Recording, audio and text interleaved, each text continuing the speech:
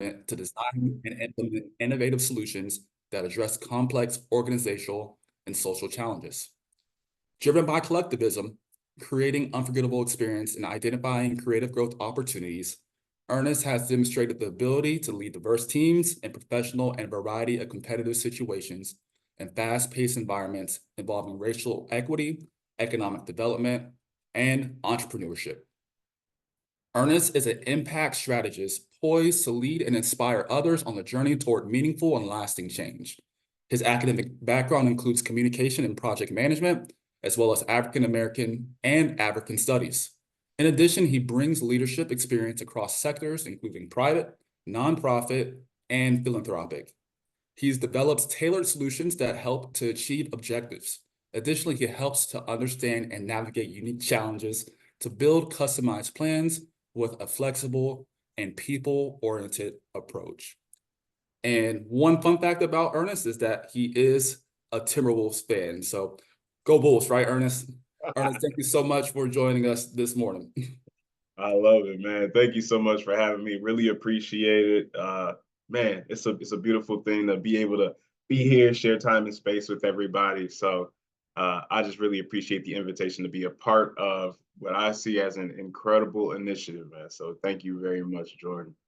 Now you had everybody sharing where they're coming in from. I saw a couple people say Georgia. Now, Jordan, you're in Georgia, correct? Are you in the perimeter or are you outside the perimeter? Where you at? Oh, I'm ITP. Okay. Okay. I came down here from Minnesota, man. I just learned about what that meant. It took a while. I was like, I don't know what y'all are talking about. It will throw you off if you don't know exactly.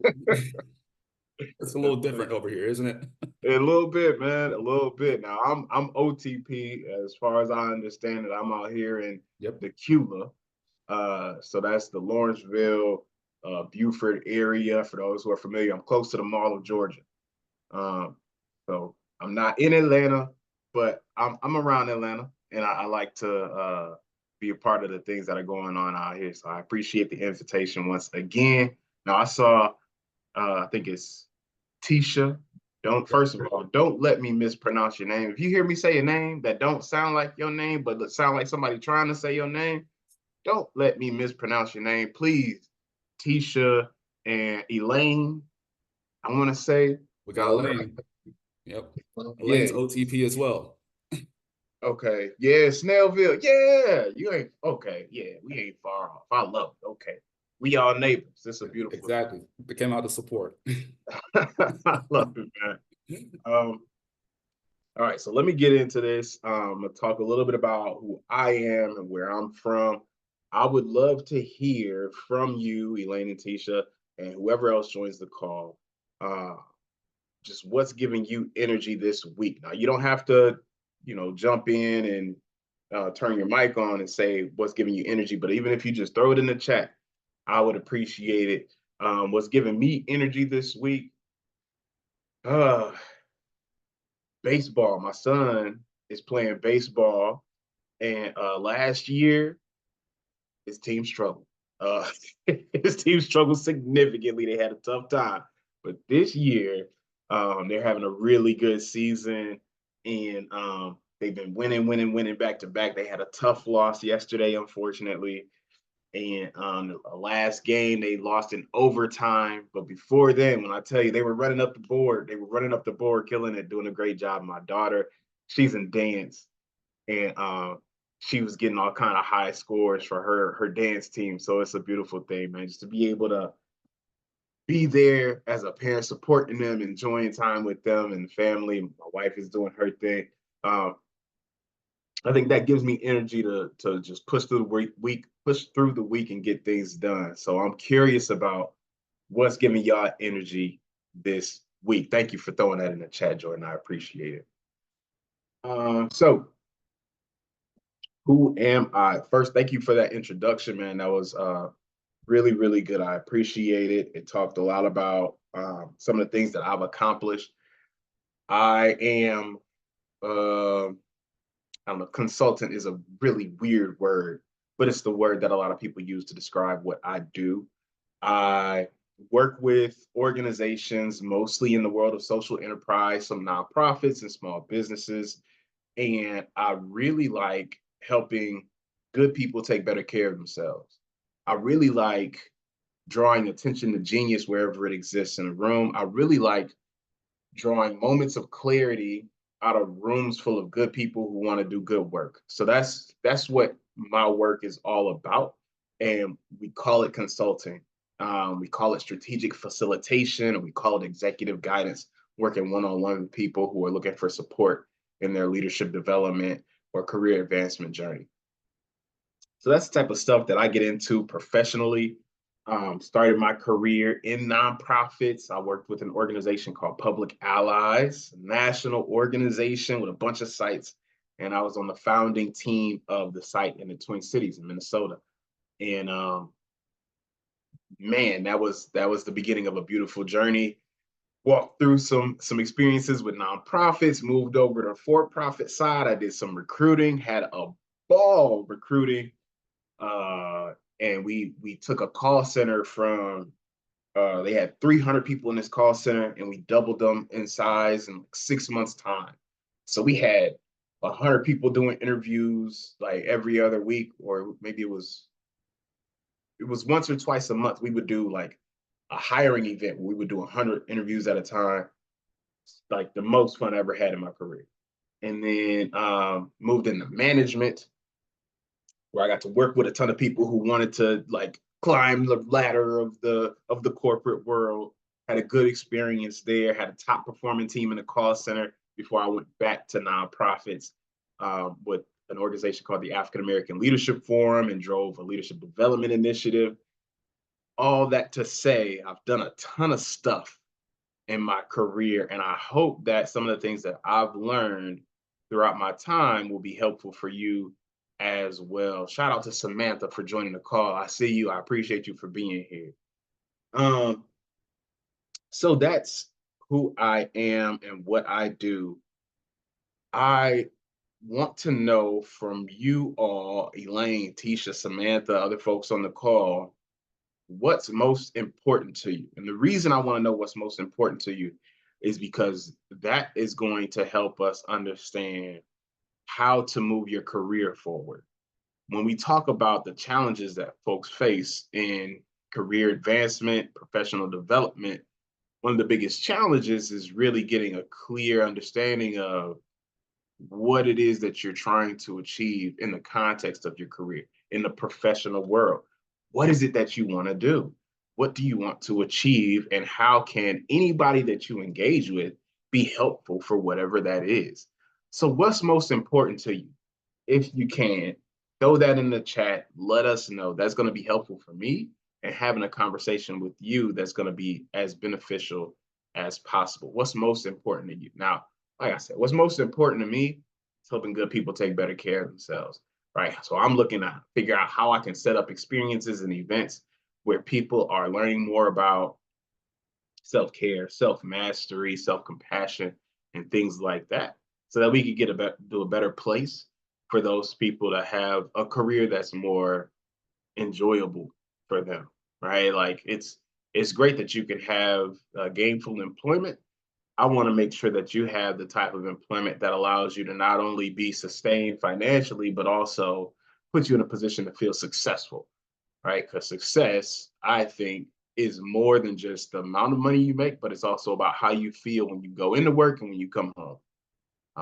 So I hope we can have some conversation about that. This is great, man. Thank you so much for giving me the time to be here. Here's where I want to start. Here's where I want to start.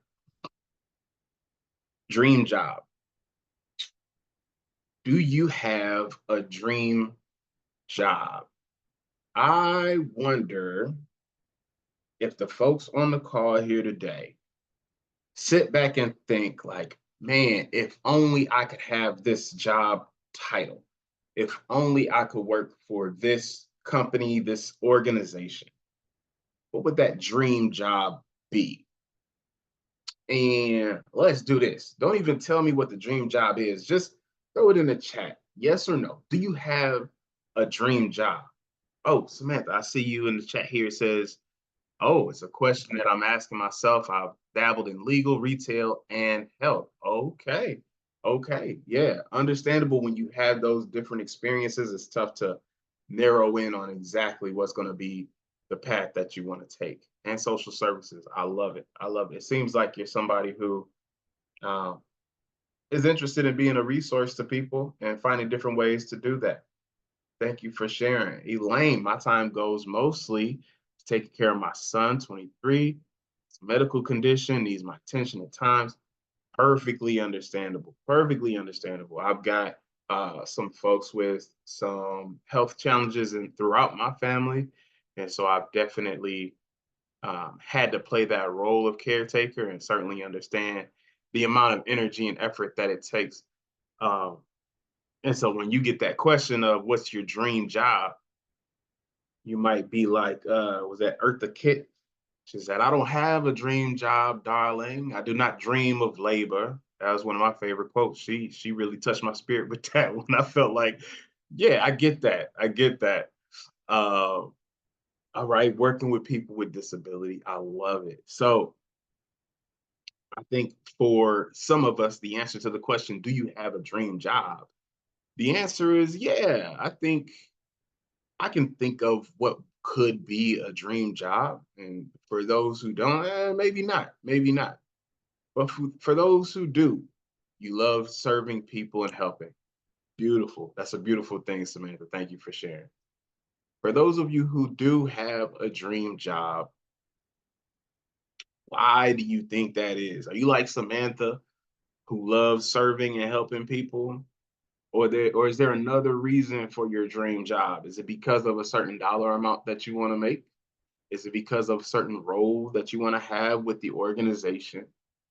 What type of draw do you have for the dream job that you have? All right. So if you currently have a role where you're like, I'm doing well, I'm doing okay, but I wish I could do more, or I wish I could have more of a leadership role. I think I could have more of a role to make decisions for the people who work with the company or for the people that we serve in this company. I think that's a notable thing. And we should pay attention to what that means, what that looks like. Elaine, yes, taking care of others. My dream job is to be a nurse. Oh, that's a beautiful dream job. I love it. I love it. Thank you for sharing that. Right, good stuff. Oh, and we got a couple folks that joined us. So thank you for being on the call. Uh, mm, Johnson. All right, I see the last name Johnson. And the first name I'm going to struggle to pronounce. So I'm going to keep that to myself. I just appreciate you being here with us. All right. Thank you for jumping into the chat. Um, so some of us have a dream job. Some of us don't have a dream job. And that's all good. I want to share with you about the best job I ever had. Best job I ever had. Like I said, I was a recruiter. Uh, and the reason for me, it was the best job I ever had was because I got to connect with people directly on a one-to-one level and talk about their career aspirations. Where do you want to go? What do you want to do? What do you want to achieve? And beyond that, I got to get them access to the opportunities that they wanted to have. Being able to call somebody and tell them, hey, congratulations, you got the job. One of the best feelings I ever had professionally. So I really, really like that job. I really like the experience of being somebody who was promoting career opportunities. For me, best job ever. Now, when I think about the culture of that job and what I would call it, I'm sort of wrestling with like, how do I give that a nickname? Right? Like it was fun, it was exciting, and I was creating opportunities for people. There's got to be a nickname for that. And what that nickname is how I identify the culture of the space that I worked in. Once I can label it, I can understand it. Now I can set a vision for what I want to achieve at work. right? So it's not just saying like, man, that was a great job. I hope I can do something like that again. It's like, no, no, no. I had a great time as a recruiter, but it was because of this culture. It was because of that I get to say yes culture. Say that's what I'm gonna call it the say yes culture. Okay. My favorite job was the say yes culture job. And so now I'm looking for opportunities that give me the chance to say yes. I hope that makes sense to everybody. I want to dig back into the chat. I see y'all being active in here. I appreciate you. What did you say? Oh, marketing and advertising. Yeah. Yeah. Okay, I see you, Elaine. Field is management. 16 years of experience. Goodness gracious. Okay. And Samantha does want to be in management or upper management. I love it. Okay. Listen, set your sights, be clear on exactly what you want to achieve. So I appreciate you all sharing in the chat what you set your sights on. Jordan, thank you for putting that in there. Do you look for opportunities that let you say yes? So that's me. That's my thing. Ernest is looking for the say yes culture. The question is for each of you individually, what's the best job you've ever had? Think about all the roles you've had, okay, Elaine, in a 16-year career, all the positions you've played for different companies, different organizations. What's the best job you've ever had? And what about that job was something that you enjoyed? How can you label that culture? That's going to be super helpful for you in figuring out how to go from where you are to where you want to be in the context of your experience, right? Because your experience is going to be followed by the income that you're looking for. If you're not having the experience that you're looking for, the income that you're looking for is going to create more challenges than it is going to create more support that it's supposed to be creating for your household. I hope that makes sense. Let me know if what I'm saying it just sounds like buffoonery. I hope I'm being helpful to somebody on the call. All right. I like the say yes culture. What was your favorite job? Best job you ever had? What was the culture at that job? Go ahead and throw it in the chat. I'm going to keep talking. Because next, I got to get into the worst job I've ever had.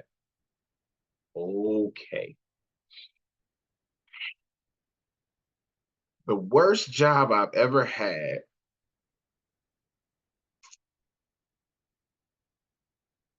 So when I started my career, like I said, I was in nonprofits. And I wanted to learn as much as possible about the nonprofit sector because I saw myself having an opportunity to lead in this space, in this sector as a whole. Like I fell in love with the work of being a resource to community. And I wanted to understand, well, how do businesses operate in this context so that I can be an even better resource to the community? So I went from helping to run this AmeriCorps program to working in more of an administrative role, learning about human resources and administrative services that go into operating an organization. And what that does is it elevates your profile as a professional. All of a sudden, I've got an office with a desk, and people are calling me about important decisions that need to be made and presentations that need to be delivered.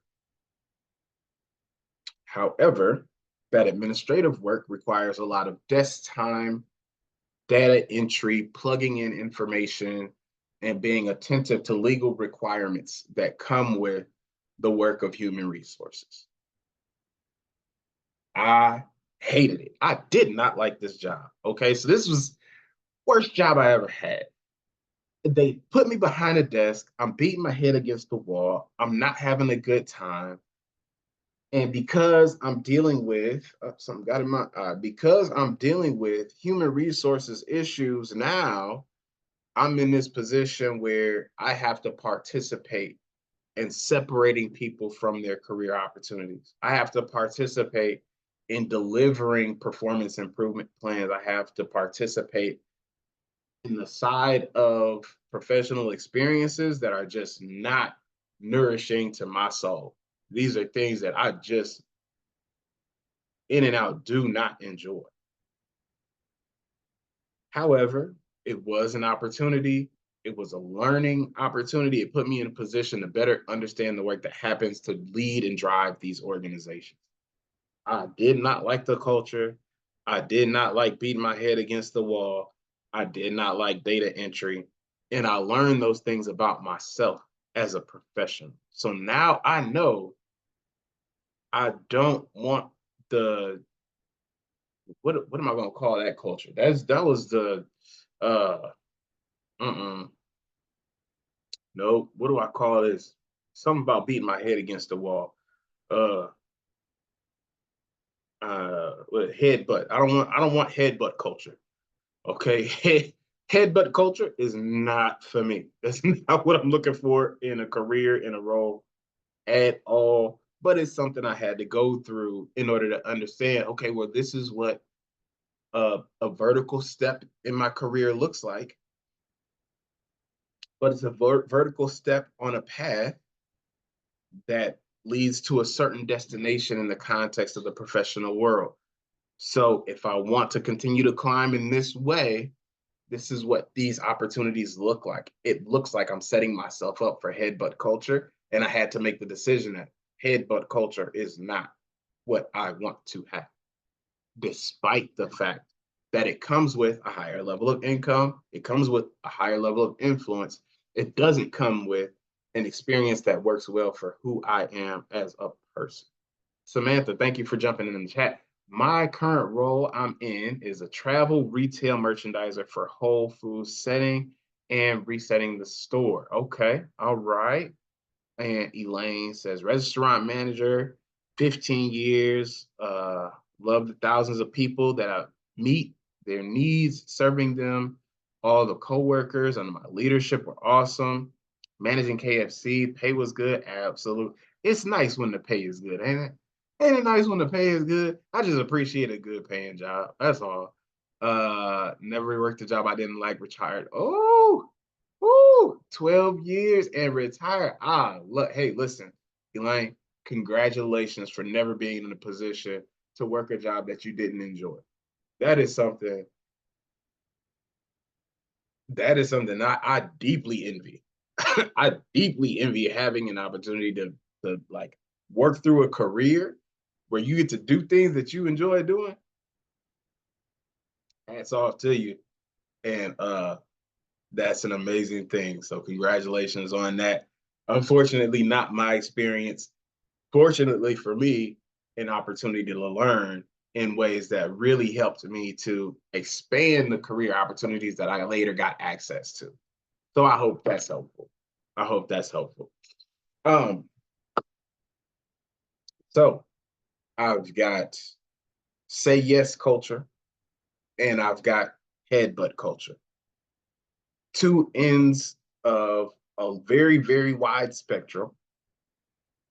And for me, I get to decide when I seek out and when I identify new opportunities, where do I think these opportunities will land on this spectrum? And based on that, I get to decide, is this something I want to pursue for my next role? And so when it comes time to submit applications, when it comes time to interview, I'm asking questions of myself. I'm asking questions of people involved with the business that help me better understand where this role falls on that spectrum. Am I looking at an opportunity that feels like it has say yes culture? Or am I looking at an opportunity that looks more like headbutt culture and I need to be mindful about what that looks like for me, who I am, and what I want my career to look like? I hope that's helpful for y'all. Now, when it comes to navigating the culture of an organization, first, where does culture come from? Plug it in the chat. Now, Elaine, you had a ton of leadership experience across a couple different businesses. Where does culture come from? Was it Jordan? Jordan, leadership. I love it. I love it. How do you know? Jordan says culture comes from leadership. How do you know culture comes from leadership?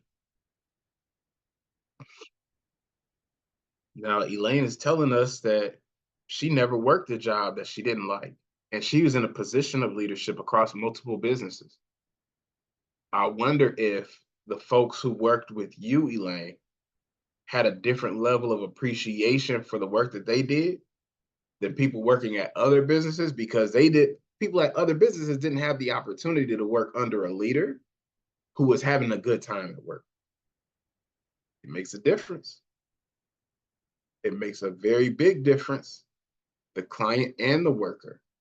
The client and the worker set the culture. Samantha, really good point. Really good point. Here's what I believe. When it comes to culture, there's going to be influence from all different angles. People in positions of leadership have an opportunity to set a standard, to establish decision making that leads the organization in one direction or the other in the context of what the experience looks like. So, as a leader, I get to say, yeah, we're going to have an office that works remotely. We're going to have weekly team meetings, or we're going to have team meetings that happen monthly or bi-weekly. And when we have our team meetings, we're going to make sure we celebrate success, or we're going to make sure that we focus on the challenges that we're facing as a team and lean in on identifying solutions. Or we're going to lean in on accountability. Every time we have a meeting, we're going to be driving accountability, making sure everybody knows and understands where they need to shift in their working so that they could be more effective in the job that they have. Very, very different approaches to how we establish culture with an organization, all decisions that need to be made by the people who are in positions of leadership. Elaine says, I'm ready to get back into the workforce of just helping others that have a special needs. I love it. I think that's a huge need in the context of the workforce. A lot of folks are in positions to contribute to organizations, but they don't have the access to accommodations that they need to do their best work. So I think your presence, Elaine, will be very much appreciated by the folks that are doing this work and need some help getting access to the accommodations that they need to do their best work. So, man, hats off to you, Elaine, for just having that ambition and being willing to step into that space and do that work that's so important. All right, so leaders are making decisions, and in decision making, culture is impacted. Also, clients and workers are making their own decisions. And each of us have a role to play in the context of establishing and participating in the culture of an organization. Here's the thing. Whether I'm experiencing a say yes culture or I'm experiencing a headbutt culture, it is my responsibility to manage my own level of comfort. So I get to decide what my experience is going to be without regard to what the culture of the organization is. The question then becomes, all right, so we know what the culture is in this space. What are you going to do about it? Great. You're at the say yes culture type of organization. It's a beautiful thing. How do you make sure that the experience that you want to have is the experience that you're having? Oh, too bad. You're in that headbutt culture. Same question. How do you make sure that the experience that you want to have is the experience that you're having? What are some things that you can do? Throw it in the chat. What are some things that you can do to make sure that you get the experience that you want to have, no matter what the culture is at that organization? What are the things that you can control? Thank you, Jordan, for jumping in the chat. Do you manage your own level of comfort in your organization? I think that's the real question. And how so? How do you manage your own level of comfort within your organization? Are you showing up when it's time to show up? Are you showing up a little bit behind schedule? And what does that mean for you? What creates comfort when it's time to get the work done that needs to be done? Oh, okay, we got a good one in the chat. Hold on, I'm gonna have to do some reading. Here we go. And Ernest, let me know if you need me to read them off to you. Yeah, that would be helpful, man. Jordan, please. Awesome. So Samantha says one of the things that she does is offering her assistance as a team player. So when it comes to collaborating, I think that's what she's getting at here. I love it. I love Yeah. it. And Elaine, she says, okay, so I had no problems in leadership and no problem with the employees. And they would come back to me if they had a problem with the task they were assigned. I was the one that followed the rules and let others know I go by the book. No shortcuts is the best way. Thank you, Elaine.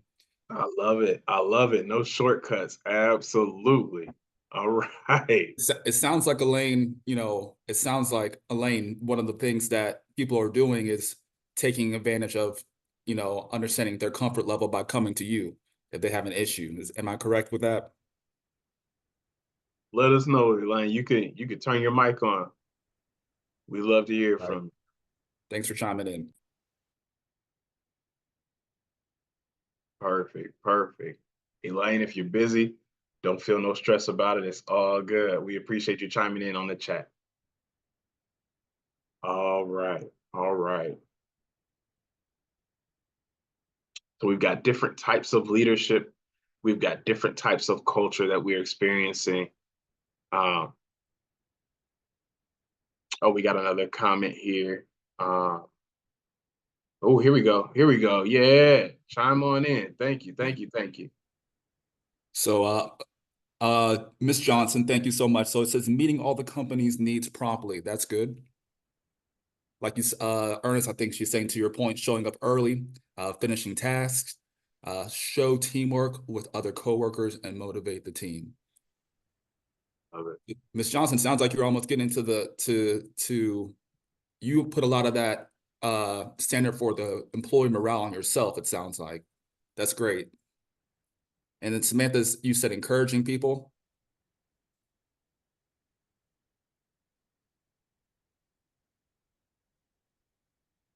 Oh, yep, there it is. Okay. All right. I almost missed it. Thank you. There it Thank you. is. Perfect. Good stuff. Yes, indeed. So we're encouraging people. We're finishing tasks. We're showing up to work on time. We're doing things that create the type of experience that we want to have, no matter what the culture is. Oh, come in. I love to talk. I'm a good listener too. I will stay in the background. Beautiful. Thank you, Eli. So these are the things that we do. These are the things that we do when we show up in a space, no matter what the culture is. If I'm in a headbutt culture, I can still encourage people. I can still show up. I can still be a good listener. And if I'm in a say yes culture, doing those things is just going to make an even better experience for me all the way around.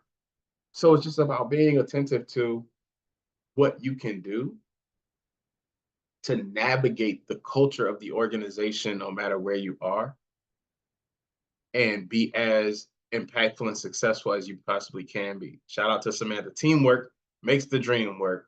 Happy, equality, higher productivity. Absolutely. 100%. Man, thank you for sharing that. Thank you for sharing that. This is good stuff. Y'all already know this stuff. I don't even know why. Y'all got me, Joe, you got me talking to people I already know this stuff, man. I know. Thanks for chiming in. Absolutely. This is perfect, man. I love it. So, all right. So, this is really our own theory of organizational culture. When you think about what it looks like to navigate the culture of, when you think about what it looks like to navigate the culture of an organization, you identify what the culture is that you really, really enjoy. You identify the culture that you really did not enjoy. And you put those things on the spectrum. And then you say to yourself, here are the activities, here are the tasks, the responsibilities I have to execute that have a great impact on my experience, no matter what the culture of that organization is. And that's your theory of how you approach navigating organizational culture. I hope that makes sense. I hope that makes sense. Anybody can do this. And not only that, it's your responsibility to do this as a professional. One of the things that gets under my skin, I'm going to say this, I'm not going to rant too much about it. I hear a lot of time at work, oh, you just got to be an adult. You got to be an adult when it comes to doing things at work. That's not how we address childish behavior at work. Okay? Because the expectation for you as a professional goes well beyond adulthood. All right? Being a grown-up is something that you got to do whether you like it or not. Okay? Being a professional is something that you get to decide to pursue or not. The expectation that I have as a professional is that the colleagues that I work with themselves show up as professionals, and we work together as professionals, and we support each other as colleagues in a professional way. Not that we're all grown-ups. I know you're a grown-up. You know you're a grown-up. I don't have to remind you of your grown-upness, and you don't have to remind me of my grown-upness. We are not here to be grown-ups. We're here to be professionals and do the work that needs to be done because we do work that we feel is important. We do work that we appreciate, whether that's because we're in a position of leadership and we enjoy the experience of creating a positive work environment for the people around us, like Elaine, or because you're doing work that has a positive impact on the community that you serve, right? Some of the stuff that Samantha talked about, being a resource to people within and outside of the organization, folks serving patrons, serving customers, serving community. Either way, we're here to do work that's more important than show up on time, be a grown-up. That's not what we're here for. We're here to do work that we have an appreciation for. And if you really struggle with having appreciation for the work that you do, it's time to make some decisions about where you are and how you will approach the culture that you're experiencing at work. Be decisive, be clear about the experience that you want to have and what you will do to create the experience that you want to have. I hope that's helpful. I really hope that's helpful.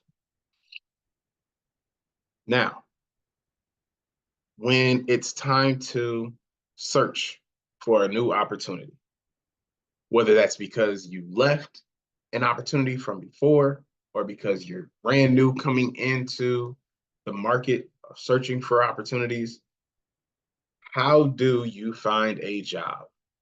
I think this is one of the toughest questions that a lot of people struggle with. How do you find a job? What do you do? Where do you go? What does it look like? How do you establish for yourself a brand that lets people around you know that you're open to a specific type of opportunity and encourage people to put you in position to get access to the opportunities that you're looking for? So go ahead and type it in the chat. Your answer to the question, how do I find a job? Shout out to Samantha once again. Indeed, job fairs, networking events. Okay, we know this stuff. We know this stuff. What else? Y'all come on, chime in. Don't be shy. Elaine, after so many years in this industry, I know you got some tools and tricks and tips about how you find the opportunities you're looking for, because they're not always at the job fairs. And sometimes it can be hard to figure out how to get access to them at the networking events. And a lot of jobs don't get posted on Indeed. Where do you find these opportunities? There's so many different platforms online, right? If it's not Indeed, it's Monster. If it's not Monster, what's another one? Glassdoor. What's another one? Give me another one. Manpower. There's so many different resources to leverage as platforms to identify opportunities, job boards that you can access. Reach out to the companies directly, have different meetings, platforms like LinkedIn. Come on. Temp agencies, absolutely. The opportunities are endless, the pathways are endless. And so it's our responsibility to make ourselves aware of those pathways and leverage the ones that make most sense for the opportunity that you're pursuing. Where do you want to land? What do you want to be doing? And where do those opportunities pop up most often, right? Where are those job boards? Who are the people in those spaces that you need to have a conversation with? And how do you put yourself in position to build relationship with people who can set you up for success in the type of role that you want to have? This is the approach. This is the approach to the market. That's what we're talking about. When it comes to LinkedIn specifically, how thorough a job have you done in building your profile, right? How are you drawing attention to yourself as a professional? Did you put a picture on your profile? Did you put your work history on your profile? Are you posting actively? Are you liking and interacting with posts from other people? In a real trick of the trade, are you giving recommendations and receiving recommendations? Highly, highly recommend, if you're on LinkedIn and you're looking for opportunities that you know get promoted through LinkedIn, and you want to connect with other professionals who you know are on LinkedIn, one of the most effective things I've done is when I have a conversation with somebody who's a colleague who I've partnered with, worked with, hey, can we exchange recommendations on LinkedIn? Is that something you'd be open to doing? What that does is open the door. It gives them an opportunity to say, yeah, I'd love to give you a recommendation. I think the work you did was great. I don't really know how to give you a recommendation. Oh, well, now you get an opportunity to teach somebody how to leverage this platform even more effectively than they were before. Here we go, Elaine. Shout out to Elaine for putting so much game in the. Thank you. We appreciate you. Let's see. Jory, you mind reading these comments for me? Absolutely. Yeah, so Lane says, yes, it's so many and going back into the back into the workforce. I've had so many job offers sometime at the wrong time, right? And sometime not the right job for me, but they're all out there. They are. They are They are absolutely. out there. They are. Samantha says, I wouldn't mind training. So I guess she's saying when it comes to getting the skills required to those requisitions that could be out there, she would and that's so true, Samantha.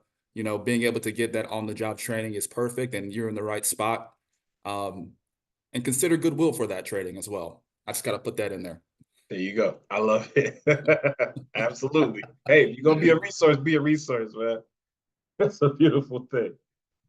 Oh man, good stuff. Good stuff. Yeah, they are out there. Thank you.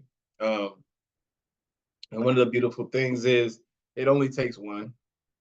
It only takes one. You get one job offer that leads to the opportunity that you want to have, that leads to the experience that you were looking for. And that's it. And the challenge is keeping that in mind when you go through the process. All right. And that's something that it's attached to this concept of self-mastery that I like to talk about. Now, self-mastery is it's a journey. You don't land on self-mastery. You don't go to self-mastery. It's a practice. Self-mastery is a constant practice. It starts with self-discovery, right? So taking time to think about who you are, what you like, what you dislike, all those things. And that self-discovery leads to self-awareness, right? Now that I've taken the time to discover, now I'm aware of who I am. And you leverage your self-awareness for self-care, self-love, self-compassion, so you can take care of yourself that you've come to know. And as you take care of yourself, you can put yourself in position to execute on things well. And at that state, we're mastering our own capacity to do the work that we're here to do. Work on the practice of self-mastery, take care of yourself, be clear on what it is you're looking for, what you want to do, and work on creating the experience that you want to be having in the opportunities that you get. Again, I hope all this stuff was helpful for y'all. Thank you so much for being engaging and chatting up with me in the chat. And Jordan, man, thank you for having me. Ernest, absolutely. Thank you so much just for all of that. That was amazing. And to answer your question directly, that was extremely helpful. If I could speak on behalf of the audience, but also for myself, just being able to learn all the nuances behind organizational culture. I think we all have an idea behind it.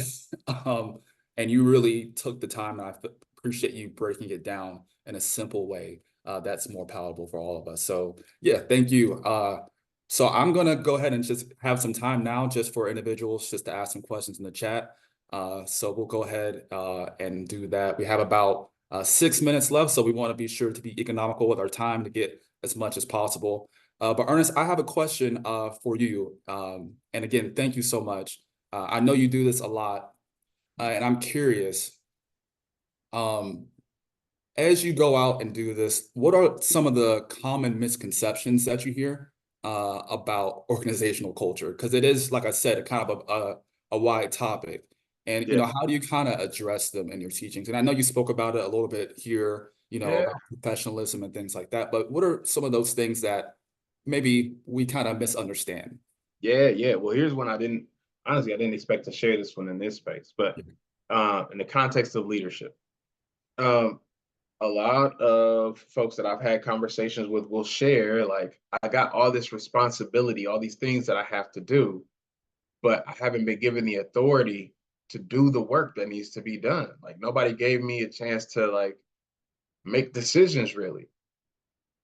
And here's the interesting thing about that. Responsibility is given and authority is taken. So when it's time to make a decision, when it's time to put yourself in position to exercise authority, that's not something that will be given to you. It's something that you have the responsibility to take for yourself. Deliver the decision that you've made, deliver direction, and then you have the opportunity to live with the consequence of what you delivered, right? And that's the cost of leadership. You delivered your authority, and now you get to deal with the consequence that comes from it, whether that's a win or a challenge. It's up to you. I love that. Thank you so much. And I love the description. And I hope everyone heard that the difference between responsibility and authority, and how some of it's already there, but some of it we have to utilize, right? So thank you so much for taking the time to answer that. I'm going to see if we have any more questions here in the chat. Everyone, feel free to drop your questions here in the chat. Elaine, I see your comment about the job fair and Goodwill. We'll connect. I'll be sure to let you get some information about that. Samantha, thank you so much about the information for opportunities for training. Please connect with me. I'll give you a little bit more information on that. We have a program catalog that tells you which programs we offer, and hopefully we have a career center near you. We do have 14 across the North Georgia territory, so we would love to have you come in and support you no matter where you are. So Ernest, as we're waiting for more questions to come in, Yeah. I thought about another one. What are some of the unwritten rules that perhaps someone who's coming into a new job Yeah. should be on the lookout for when it comes to understanding and diagnosing a culture? Because, like you said, there's the culture, the headbutt culture, Yeah. which I didn't even think about, but that's so true. Oftentimes we can be in a place where, like you just said, you feel like you have to just get the results and nothing matters. And I can kind of resonate with that. But then also on the other spectrum where you just feel like everything's, going good. Yeah. And then, like you said, the spectrum. What are those things those unwritten rules, maybe that maybe Yeah, two things that someone could look at to say, oh, this is the type of culture I'm in, as they look to go and market themselves for their jobs? yeah, man. What's interesting is, we'll find like we talked about this idea that leadership impacts culture. And as much as that, I think that's true, there's this element of uh, positional leadership versus influential leadership. Okay, so you have somebody who has the job title of boss, right? Senior director, VP, etc. Right? That's the boss. That's the person who has the title. They've got the positional leadership. But then you've got that office manager, right? The person that works at the front desk, they know everybody's business because they got access to a lot of information. And that person has all the influential leadership, right? They're the one that's you can't have that meeting this day that doesn't work for your schedule. You can't do this at that time that doesn't work for what's happening at the same time. Okay, so now you understand not only who has the role that you report up to, but who has the opportunity to have it the organization by way of influence. And I think it's really important to leverage a relationship with those people so that you can have a deeper level of impact on the organization overall in the context of culture. That's so good. And even the comments about the person at the front desk, like it is important to know how those interactions will play out for you and how you can utilize them and leverage them in your journey. So thank you for really just talking about why that's important. And I appreciate you answering that. Of course, of course. Um, on that note, it made me think, a little bit about something else. And this is, the last question that I'll have as we're kind of nearing the end here. Culture is everywhere. And another thing that is everywhere is politics and office politics. For you, or maybe some of your clients, how do you advise them to navigate those office politics, or maybe steer away from those office politics, Yeah, um, while also, aligning with, the organization's values, which you kind of just talked about before? yeah, yeah. That can be a tough one. I think awareness is really the Yeah. priority, and having an understanding of where people stand across the organization in the context of what they believe uh, should be happening. Um, so, okay, there are different schools of thought, and if you've seen the play Hamilton, I think it'll be relevant for you. Uh, some will take this stance of talk less, smile more, and you will like be able to explore perspectives across the organization, and it'll give you an opportunity to like engage lots of different people and be a palatable coworker. But there's also this school of thought that says if you don't stand for anything, then what do you fall for? So you've got to decide in the context of office politics if there's something that feels like it's worth standing for, if there's something that to you feels important enough to be an advocate or an ally or an ambassador for uh, a position in terms of what needs to happen across the organization. It's up to you to decide what that looks like for you professionally. I think it's a really important decision to make. Wow. I hope everyone heard that.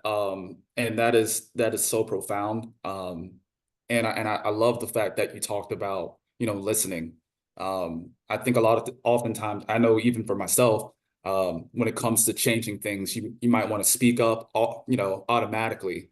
And oftentimes that can reflect, whether doesn't matter what industry you're in, but it can reflect on, how things go for you, especially when it comes to leadership. So thank you so much just for that insight. Those are a lot of great nuggets, and I appreciate that. Yeah, So happy Ernest, to see it. yeah. So Ernest, if you don't mind, we do have time for one more question, if you don't mind answering. Sure. This is from Samantha. So she's talking about social media. She says, with the world of social media and the platform, how can social media help or hinder employment opportunities? Ooh, participation. So, like a lot of people talk about the algorithm. You are the algorithm, okay? And what you put into the world of social media is reflective of who you are and will have some level of impact on your professional outcome.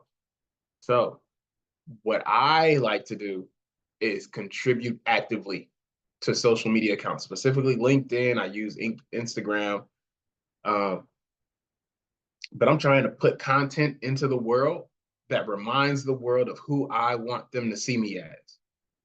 If I'm not producing content that reminds them of who I want them to see me as, they get to make a decision without my input. So I'm participating intentionally.